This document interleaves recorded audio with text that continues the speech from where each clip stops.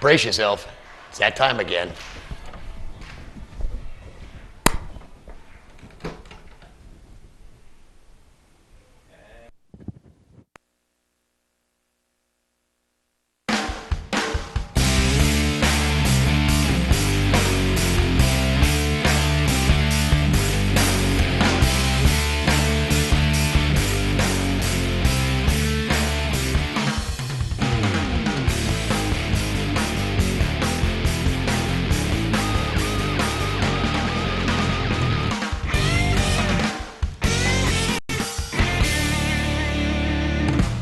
Welcome to Unfiltered. Another great week. We're cut down to an hour this week. And unfortunately, I'm doing away with the phone calls. Sorry. Apparently some of the viewers are not mature enough to handle a live call-in show. So I'm tired of dealing with it. My audio person is real tired of dealing with having to cut people off. I mean, it's not polite to hang up on somebody, but when you act like a jerk, we have to hang up on you. So we'll do without phone calls, and I'll take TV back the way it was meant to be. One way. I talk, you listen, or you turn the channel. Either way, I'm still going to talk. Start off with some news. Postal rates are going to rise on Monday, going from 39 cents to 41 cents. Let's see. Postal Service points out that if you normally mail several CDs or DVD in a box, for instance, you may be able to save by laying the envelopes flat in a padded, by laying the items flat in a padded envelope. Price of a first-class mail weighing up to an ounce will increase from 39 to 41 cents. Sending a postcard goes up 2 cents also, 24 cents to 26 cents. And the forever stamp. Now this is something I haven't quite understood yet. It will be always valued at the 1 ounce letter rate. It'll be available for 41 cents. Priority mail in a flat rate envelope will go up to 55 cents. Will go up 55 cents to 4.60, and a flat rate envelope for express mail will cost 16 1/4 instead of 14.40. And that's about it. Price of everything's going up, apparently. I had something else in here. No, I didn't. All right. Another one. Let me go to this one from Durham first. This is, of course, I've had a busy day, so I haven't had a chance to catch up on the last 3 days' newspapers. But this one caught my eye from yesterday's paper. From Durham. Cinco de Mayo plus concert equals 144 arrests. It was a sold-out hip-hop concert and Cinco de Mayo festivities.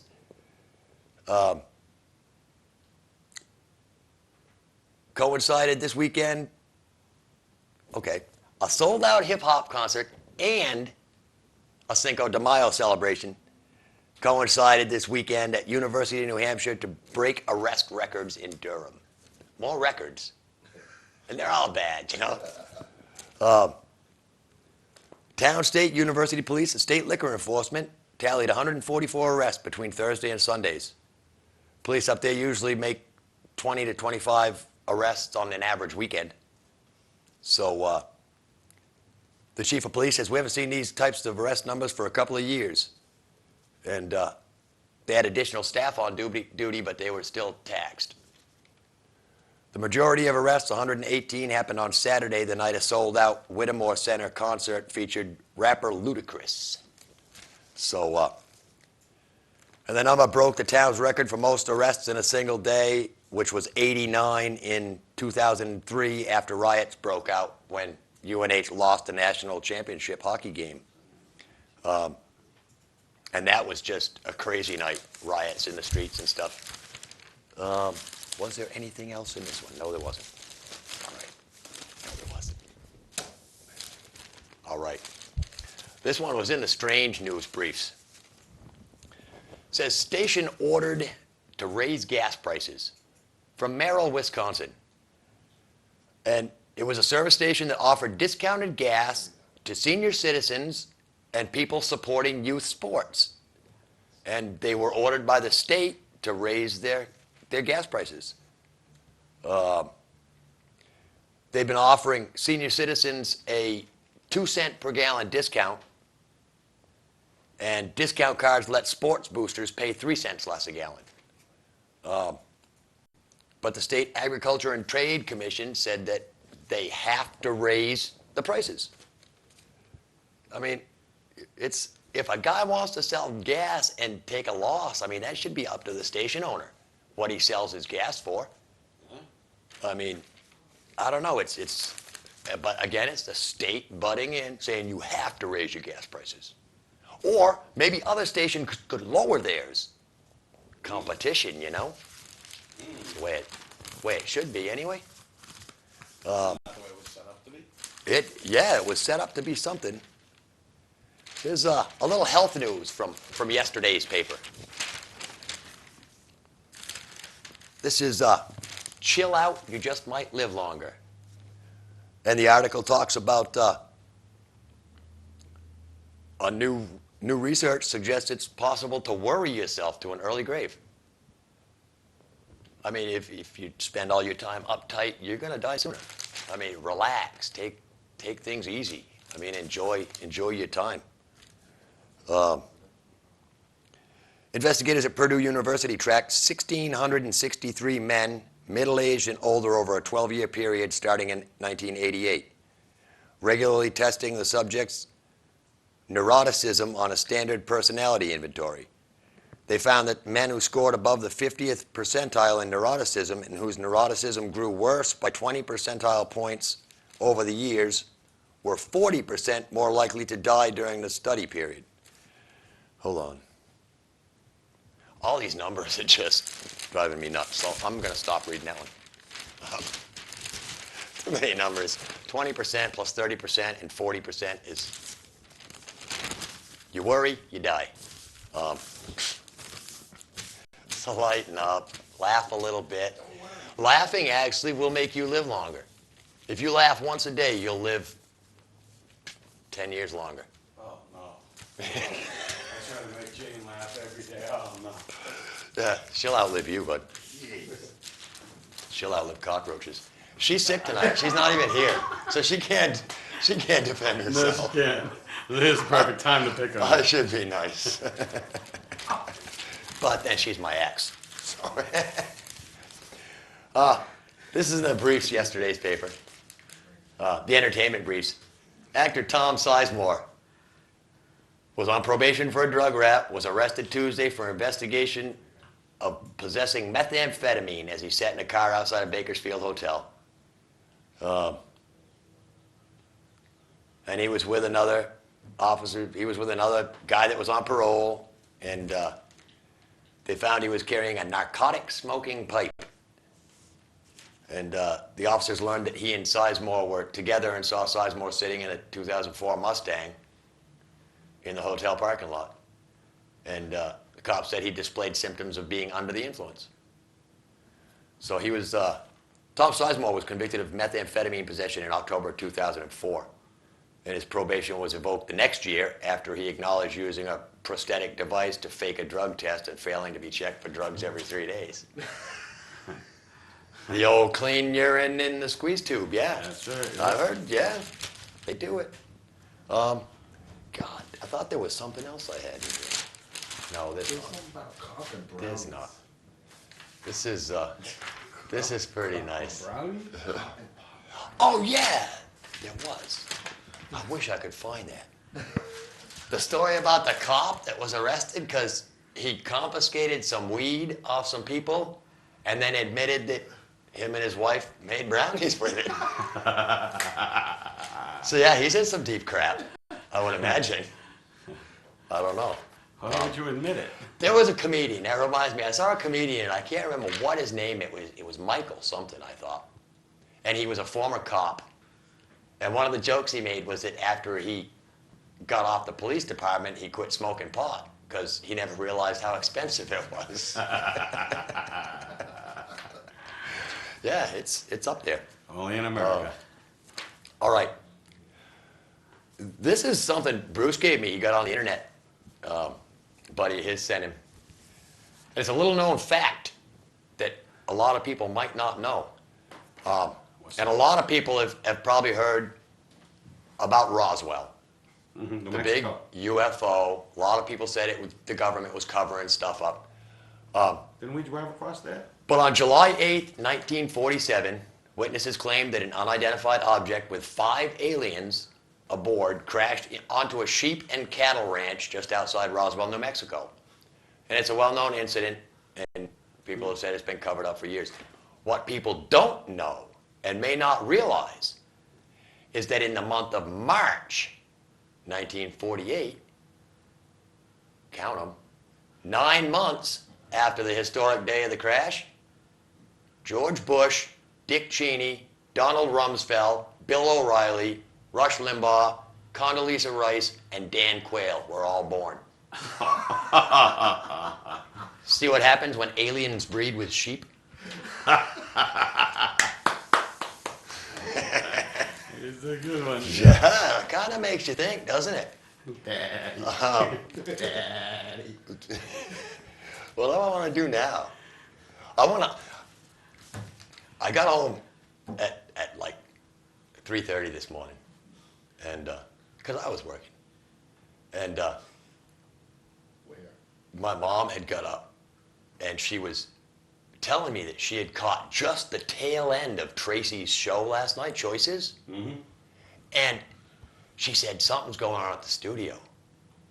Because she only caught a bit of it, but she saw Tracy and Lee sitting in an empty studio with no lights, no fancy graphics, no nothing, just a crap-looking TV show. And Tracy did a special show where her and Lee toured the building last night and then showed everybody what it would be like if the station hadn't spent some money. They used a little Panasonic $200 camera they were shooting. And you can tell the difference. And I want to say that this entire set, Cheshire TV, had nothing to do with this set, You built this. except for maybe the little plastic folding table that's underneath this fancy desktop. And the chair, yeah. But that's from the editing suite. So if anybody wants to edit, they're kind of out of luck at this point because I'm sitting in the chair. But I bought all the backdrops. I furnished my own desk. Everything. You know, my crew was all volunteer, so there's no money spent on the crew.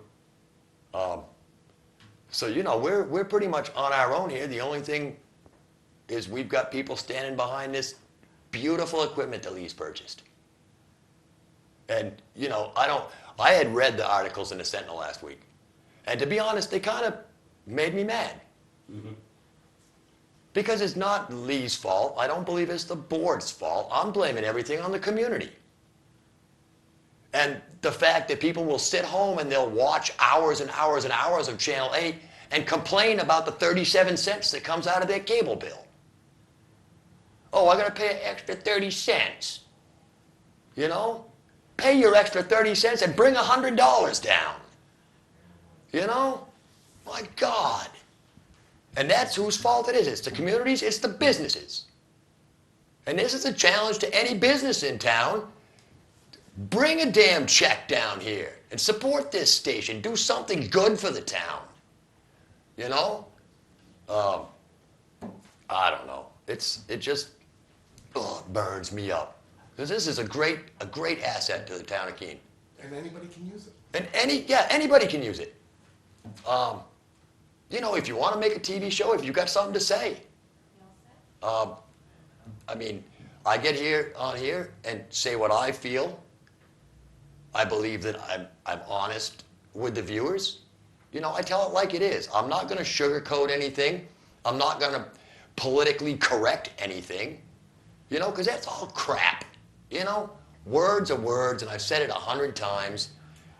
Words don't hurt people. They may hurt your feelings, but you'll get over that. You know, and the sooner the better. a lot of people are sitting home probably in front of their TV right now thinking, this guy's an ass. Fine, maybe I am. Um, but I'm having fun being an ass, you know? They're still watching, yeah. I mean, I'm called an ass by Bruce all the time before the show, you know? Unbelievable. Speaking of Bruce, $10,000 on Cheshire TV tattooed on my back. I think I'm gonna do my crew call at this point, Bruce, if that's all right. Crew call. Ooh. If I know I pulled a surprise, we're kind of winging it here because I didn't come up with like a list of how I was gonna do things. But we don't have much of a crew. We've got who's gonna shoot first? We'll do Greg first. On camera one is Greg. He's kind of floating between camera one and camera three and camera two, because there's nobody on camera two tonight. The alien didn't even show up. No, Al stayed at home. Damn illegal aliens. Oh wait, he's not illegal. He's all right, but he didn't show up. On camera three we got Mike, Hi, honey. Hope you feel better. and Jane is home. She can't even watch the show. She'll see it this weekend. She's sleeping. So, oh, she's sleeping. All right. Yeah, you talked to her just before we started. And in the booth, I'm going to add a new segment this week, and I picked Andrea to do it. It's going to be our little NASCAR segment with NASCAR news, and the reason I picked Andrea, as you'll find out, that Andrea's got just a little bit of a southern drawl, and I think NASCAR sounds best with a southern drawl. So what's going on this week, Andrea? Well, what's going on is, first of all, I'm probably going to be scared silly, even though I've talked to you every week. But I did want to make a quick announcement that last week, when we were at Richmond, and I say we, because I sit there and nobody moves in front of the TV or anything else when NASCAR's on. I am a real crank, and Rick and Bruce can both tell you. But anyways, when the Busch race ran, that was Clint Boyer took the win for that one. And then the Cup race was rained out. They had torrential downpours when it was supposed to On Saturday night. It was supposed to be done on Saturday night, which would have been great racing under the lights. But they did get it in on Sunday. And unfortunately, the winner was Jimmy Johnson. And I say unfortunately because I don't root for him. And we kind of lost some money on that deal, didn't we? Yeah, we did. And the one guy that comes over at the house, he took it all. Anyways, and then, oh my goodness, the second place person was Kyle Busch, and we call him the little weasel. But I'm sorry. But then Rick's guy, Denny Hamlin, came in third. That's beautiful, isn't it? What a great run for him, too. Exactly. And now, I won't go any further because it's not necessary, but I will go into what our guys are doing in the points race. Now, right now this year, we have 12 positions that everybody's vying for to get into the chase. Now, Jane's guy, Matt Kenseth, is third in points.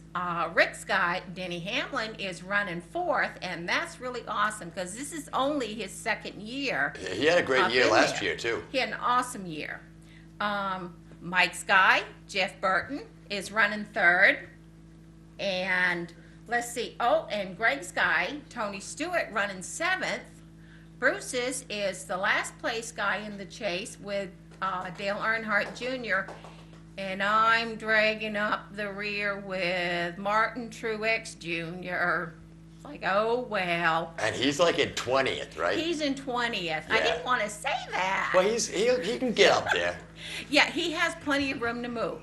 Now, there was some huge news today in That's NASCAR, it. right? The super breaking news this week, and actually it happened today, was that Dale Earnhardt Jr. at the end of this season, which is when his contract is over, is leaving DEI. And actually right now it's for parts unknown, so to speak. He doesn't know exactly which teams are going to pick him up. He will be up for grabs, but has been voted and is the most popular driver in NASCAR. So I don't think he's going to have any trouble at all. He also has his own Busch teams, which he said that he does like driving Busch cars, so he wouldn't mind even driving some of the Busch. Right. But there was a lot of speculation going on as to what he would end up doing, but it was all pure speculation. Now, DEI, for anybody who doesn't know, is the organization that Dale Earnhardt Right. Sr. Exactly. It was formed and built by his father, and it was basically built for his kids as a legacy to them. And Junior has really wanted to carry on that legacy, and what he wanted was controlling interest only in the racing segment, which he wanted 51%. He said they did not even come close. So he said at the end of the season, he's doing what's best for him. It has nothing to do with money. It is simply has to do with where he can, what he felt was where he could be the most competitive, where he could offer the most for another team as well as for himself, where he could offer the most for getting championships. So that is pretty much what he really wanted to do. He wanted to have a good blend somewhere. Right. And he said he'd like to keep driving Chevrolets, but I bet you he'd get into just about anything. He'll as get long any, as in they any, had yeah, he'll four get in wheels anything on for it. the right deal. Exactly. And, you know, he just kept saying that one of the things he stressed the most is he felt like his father would be supporting him 100% right now. Oh, no doubt. And Yeah. I agree with him. I agree with him totally. I think his daddy would be real proud. Now, what do you think? What do you think Senior would think if Junior jumped into a Toyota? Now that one there, I think Senior might have a bit of a cow. Because he was always an American He car was guy. real strong about that. Now we were talking about this a little earlier, and I didn't know that. Apparently, Dale Senior raced for Childress, and Yes. they still own the number 3. Childress Racing still owns the number 3, and one of the things that Richard Childress did say is that when he retired the number 3 car, he said there would never be another driver in that number 3 other than an And- Earnhardt. Yep. Wouldn't that be So- something to see Junior driving in a number 3? I'm going to make the speculation of my own. Childress still has room for one more team. They There you can go. only have up to 4 teams for each owner, and Childress still has room for one Now, more. who were the other drivers that drive for Childress? He has Kevin Harvick, he has Jeff Burton, and he has Clint Boyer. So yeah, Junior'd be a great addition to that Exactly, team, huh? 3 awesome drivers. Yeah. And a great addition. Jeff Burton has gone over there, and he's just been a wonderful asset to them. Jeff Burton's having a great year Oh, this year he too, and is. I'm really glad to see that. He's helped to bring all 3 of the teams that really are there right now start to coexist together. Right. And I think it's just an excellent blend. That's fantastic. And Mike's just hooting like anything because he just loves Jeff Burton. Yes, he does. Ever since he Yes, was a he rookie. does. See, ever since he was a rookie. And that's the kind of fan you want. Somebody who just isn't I'm going to like him this year, but, he's no good Right. the next. So, but great for you. How many sponsors have he had? One week he's racing with somebody, the Oh. next week he has nothing on his car. But, you Yeah. never know. It's It's- like, okay, It's flip a a tough. coin. It's a tough Tough game. business. It's a tough game. But that is the NASCAR news for the week. Now, Great. I'll have You to come did. up with something great next week. You did a wonderful job, Andrea. Oh, Thank that's you. right. And Bruce just reminded me we are going to Darlington this coming weekend. Oh, that's right. And Yes, that Darlington. is awesome. It should be. Yeah. Hopefully, I mean, the last couple races have been fairly boring without crashes and Well, stuff. I don't think this one coming up is Oh. going to be boring. And I know Saturday night, Bruce was like livid that they started with a green yellow Oh my and gosh. started ticking off laps at 50 miles an hour. I'm gonna let Bruce answer to that one. Yeah, I want to talk to Bruce anyway because I had a huge day I yesterday, understand that Bruce. you had a great day yesterday. You were out in Concord setting up for Rod Stewart Actually, I was at the Verizon. at the Verizon Center. Oh man, what a great venue that is. Awesome. And of course, I wasn't going to do a CD review. I was going to do a concert review. Yeah, But after setup, we got cut right. because there were no show openings. They had all the show spots filled. And with the way that Rod Stewart's tour runs, it's really tight. They only like to have the core people there. So all of us stagehands were just let go and told to come back at 10 o'clock, you know. And I did get in, got back just a little before 10 o'clock, and he was just finishing up, I'm imagining probably one of his encores.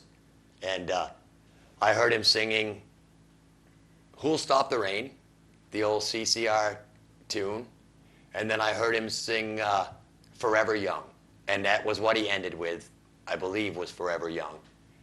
And then apparently they had us all herded into this little hallway by the security office. And the limo was backed into the loading dock. So apparently he just came off stage into the limo and booked police escort on the Like way the out. president, man, getting ushered out of a Probably acceptance speech. even better than the president. Yeah, But 'cause he hires his own security, right? it was an entire eye-opening experience. I mean, once again, I thought I was blown away when I did Man of La Mancha. But I got to the Verizon yesterday morning at 9 o'clock. There were 11 tractor trailers and 5 tour buses So he parked comes in with the quite lot. an entourage, doesn't he? Yeah. And a lot of his people were, maybe not a lot, but there were, I guess his core crew are all British or from the UK. They all sounded like Rod, you know? And as we were loading the stuff out last night, we're putting stuff on one trailer like lawnmowers, gas grills, trimmers, you name it. And brand new stuff. So apparently all these people from the UK spent yesterday tax-free shopping in New Hampshire and loving it. Awesome. I was talking to one guy, and he said he bought a barbecue grill in the United States for less than half of what he would pay over in the UK. And I said, well, shipping all that stuff back is going to kill you, won't it? And he said, no, we don't worry about that. We've got 6 C-130 airplanes to take all their stuff back overseas. Nice. Awesome. Apparently, yeah, it's fairly nice to be rich. Now, Or at least hang out with somebody that's rich, you the know? stuff that we do here, setting up the TV station and doing our show, is kind of small potatoes compared to what you guys did yesterday. What kind of stuff did you get to play with? Oh, I must have thrown 500 miles of big feeder cable. It was unbelievable. And that was just like the power and the sound stuff. Of course, everything on stage was wireless, so there wasn't a big audio snake coming down. But it was mostly big power cords. They use a lot of the small data cord stuff. They had 4 video projectors. Huge. A video projector is almost as big as his desk. Which is incredible. And the big stage in the round set up dead center in the middle of the Verizon. And oh, what a great time. And so I got home, I don't know, 3:30 this morning, something like that. But it was fun. Well, it sounds like it's a great time. I mean, you come back talking, a lot about it when you get back. And I got a enjoy the heck great out of shirt it. too. A free T-shirt. That's Free all T-shirt. you can ask for, man. And to top it off, of course, this was yesterday. I worked with Mike all day Tuesday. So I've been just jam-packed this week. And I spent last week answering emails from people who didn't think that they should have to listen to some of my phone callers, and I don't blame them really. And it's really sad when Tarzan had to call 2 weeks ago and point out the fact that he didn't have to listen to the jerk callers. Yeah, I mean, some of them are funny, but nobody really appreciates when people get out of hand. No, and it was getting out of hand. So, So we'll put an end to it. I mean, I can talk forever. Another good thing, I was talking to another one of the stagehands from Concord, and he's got his own band, and he was carrying around a pile of his own CDs. And he brings them to these shows and gives them to the road guys and the tour guys because he figures maybe eventually if somebody hears him and needs an opening act, his band goes on tour. Great idea. But I asked him if he would mind if I reviewed his CD on my show. very cool. And they're called Forge. And the album title is The Dash. And it's good guitar-driven rock and roll. There's some, I mean, he explained it to me as kind of a southern kind of a rock. And I didn't think it was southern. I mean, in spots here and there maybe, but it's definitely a guitar-driven rockin' album. I just want to read you this story about the title that's on the inside of the cover. The guy I was working with, his name is Pete Lamprin, and he plays guitar and sings and writes songs. But on the inside of the cover it says, the story goes that on all of our headstones there are 2 dates. The day that we begin our journey through this world and the day that the journey ends. Between the 2 dates is a dash, and that dash represents our lives and everything we've done in our lives, and the lives we've touched. And he says, this CD, we hope, will be one testament to the lives we have lived both personally and collectively, and will leave an impression that will resound long after we are gone as part of our dash. And when I talked to him about reviewing the CD, I asked him who owned the copyrights to the songs. And he said, well, I do. So I said, can I have permission to play one of the cuts on my show? And I chose the last song on the CD. It's a song called Turn to Sand. And Pete told me that he wrote it about a friend of his that died in Iraq. And I figured it would be a great song to let you hear what this band is like.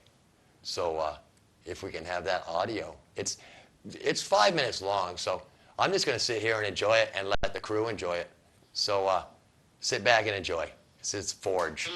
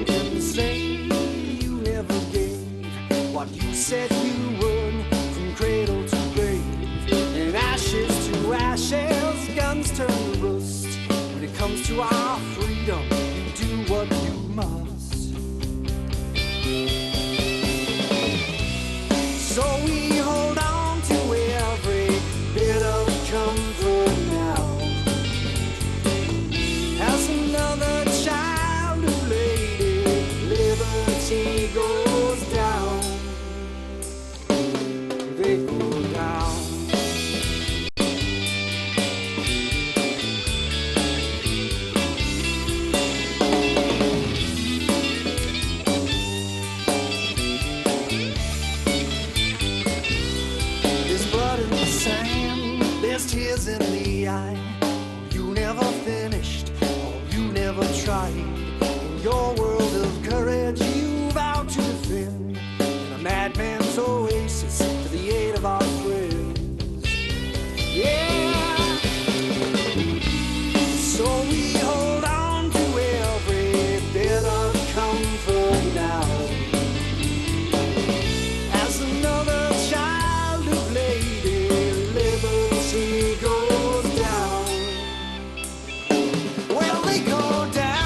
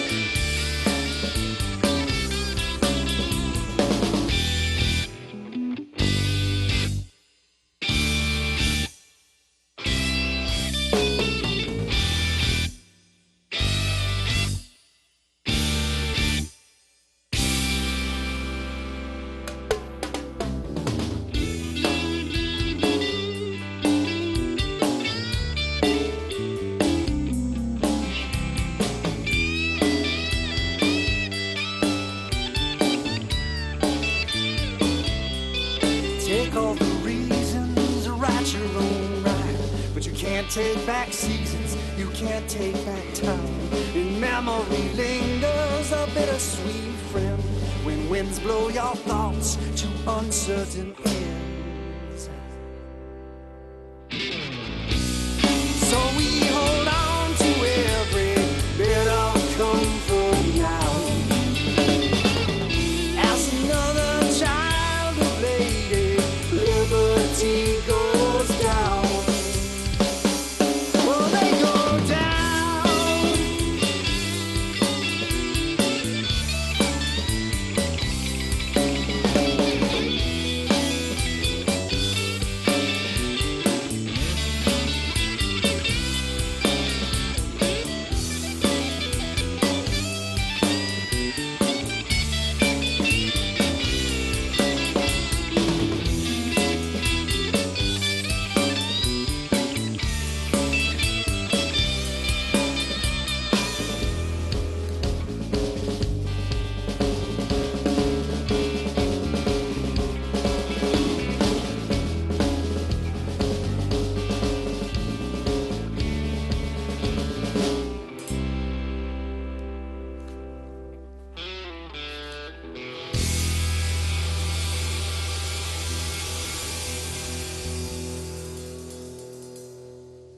A great song, huh, guys? What do you think, man? Yeah, they're hot. And of course, first time I heard it was last night on the way, this morning on the way home, you know? And I was like, I heard this song and I went, this is the one I gotta play. The one line in there, I can't even remember it now, but yeah, about the child of Lady, as a child, as we watch as another child of Lady Liberty goes down. And every day, man, every day, somebody's dying over there. I just got word that my cousin's son is on his way to Afghanistan.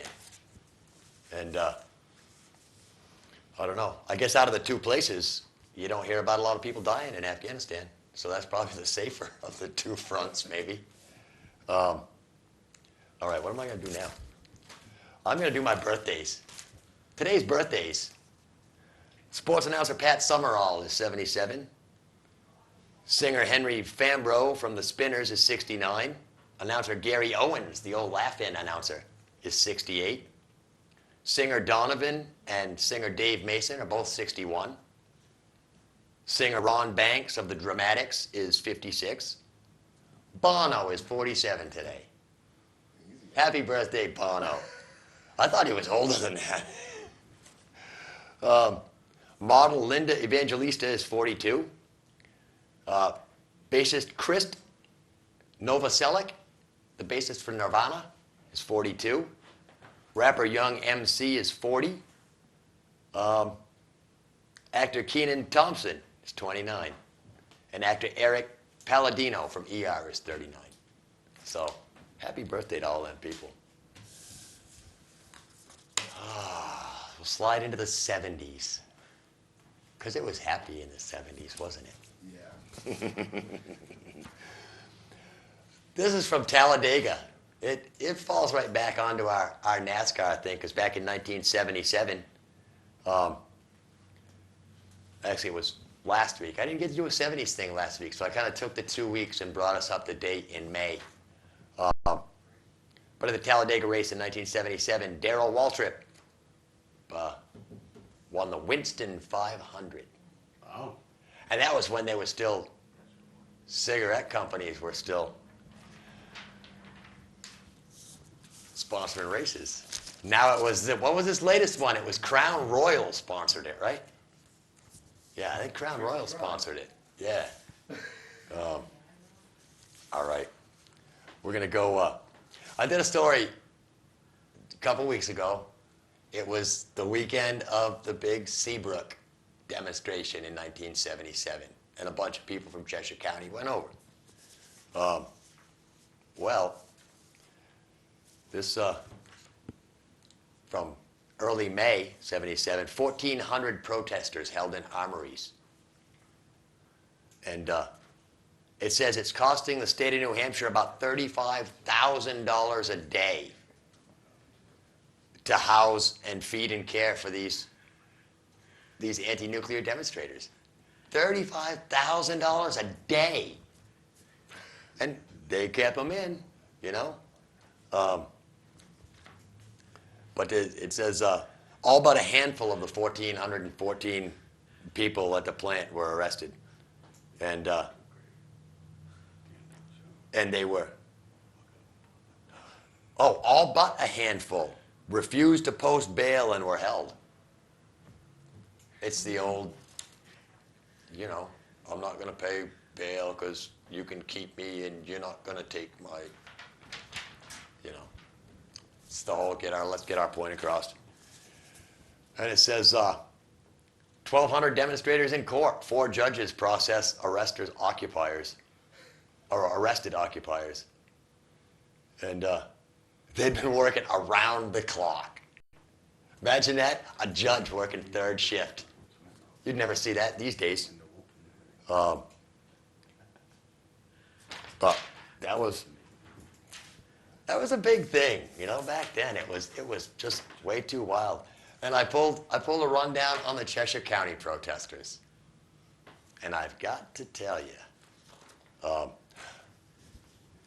Bruce, would you do me a favor and look out there and see if Sean is out there in the office? Just maybe peek out or yell or something, because I want to ask him a question if he's here. He was in and out. All right. I came across some names here, and names that I hadn't read. But here's where the Cheshire County protesters were on this Monday in early May, or the Monday after the occupation. Meg Green, 22 of Dublin, and Susan Leader of Marlow were in the Grafton County Jail in Woodsville serving sentences of 15 days after pleading guilty to trespassing. They had planned a day of fasting on Wednesday with other women protesters jailed to clarify their own understanding and at the same time reach out to others who are not yet listening. Gary Closhide of Marlow was in Rockingham County Jail serving a sentence of 20 days or a $100 fine after pleading guilty. Paul Gunter, 28 of Marlow, was in jail in Brentwood from May 2nd to May 6th, but he paid the remainder of his fine to be released from the jail. In armories were Kathy Abbott of Keene, Jay Adams of Stoddard, and Uni Wald of Dublin, all in the Concord Armory.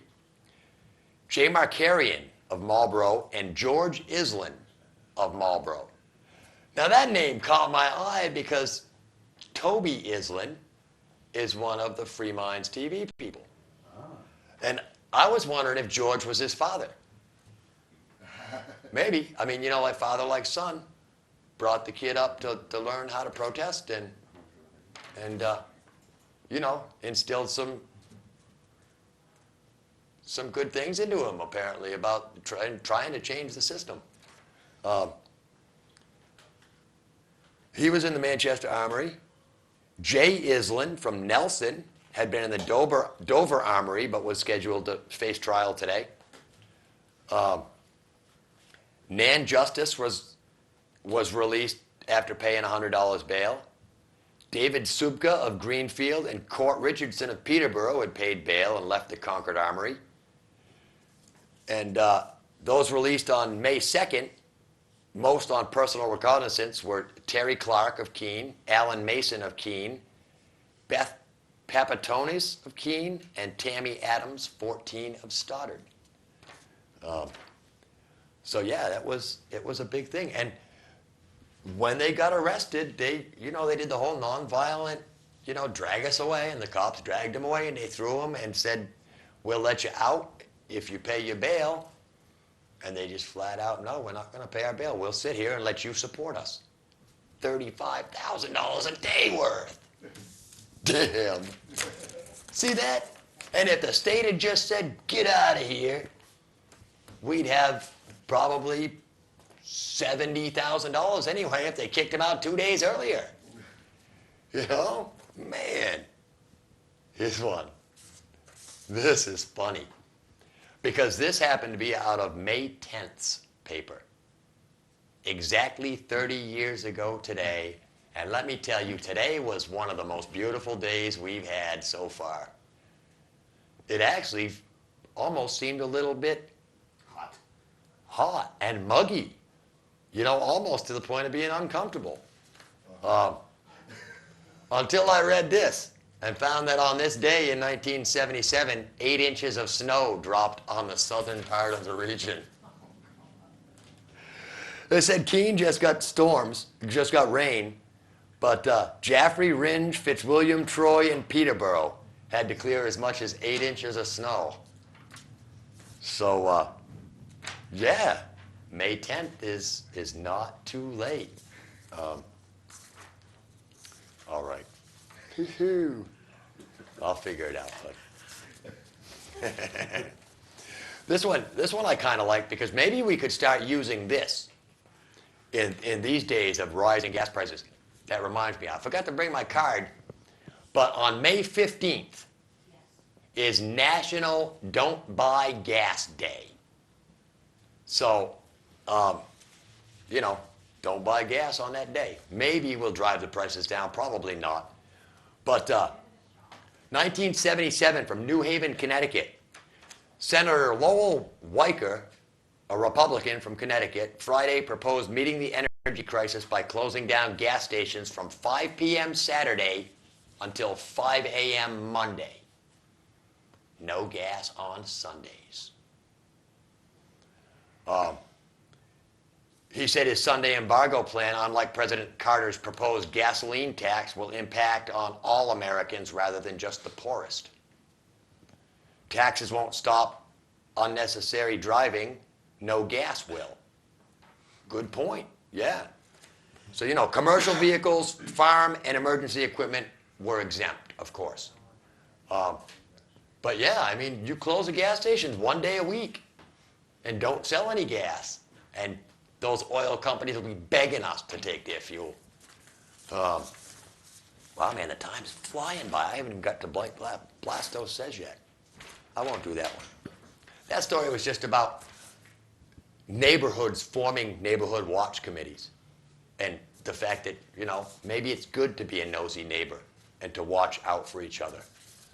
I found this one. It says lifestyle changing. From Washington, a government report says American lifestyles in the 70s are vastly different from those in earlier generations. Marriage and childbearing are being delayed or avoided more than ever. Divorce is increasing. So was the number of women holding jobs or going to school. So the increase in childlessness presumably reflects in part the changing attitudes of young wives towards early childbearing. in the pursuit of their own career goals. So, all right. Man, I'm down to 10 minutes. This is wild. 8 minutes now. I'm going to do Mike Blastow Says, because this was a great one. And I pulled 3 of them out of the 2 weeks of papers that I looked at today. And this was by far the one that caught my eye the most. Mike Blastow says, getting back to the war in Zaire. Latest reports out of Kinshasa, Zaire, say that Zairean forces, including Moroccan troops, are driving the rebels from Angola back along the jungle front. But the kicker is how the Zaireans gained the offensive.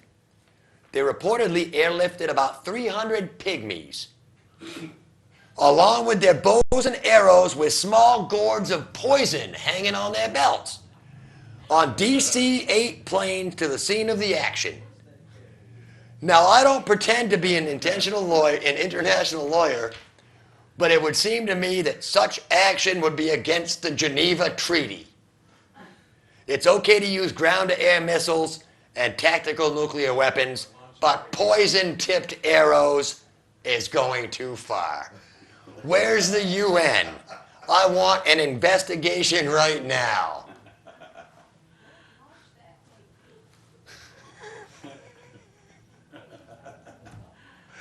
You can't be shooting pygmies at people, man. That's just not right.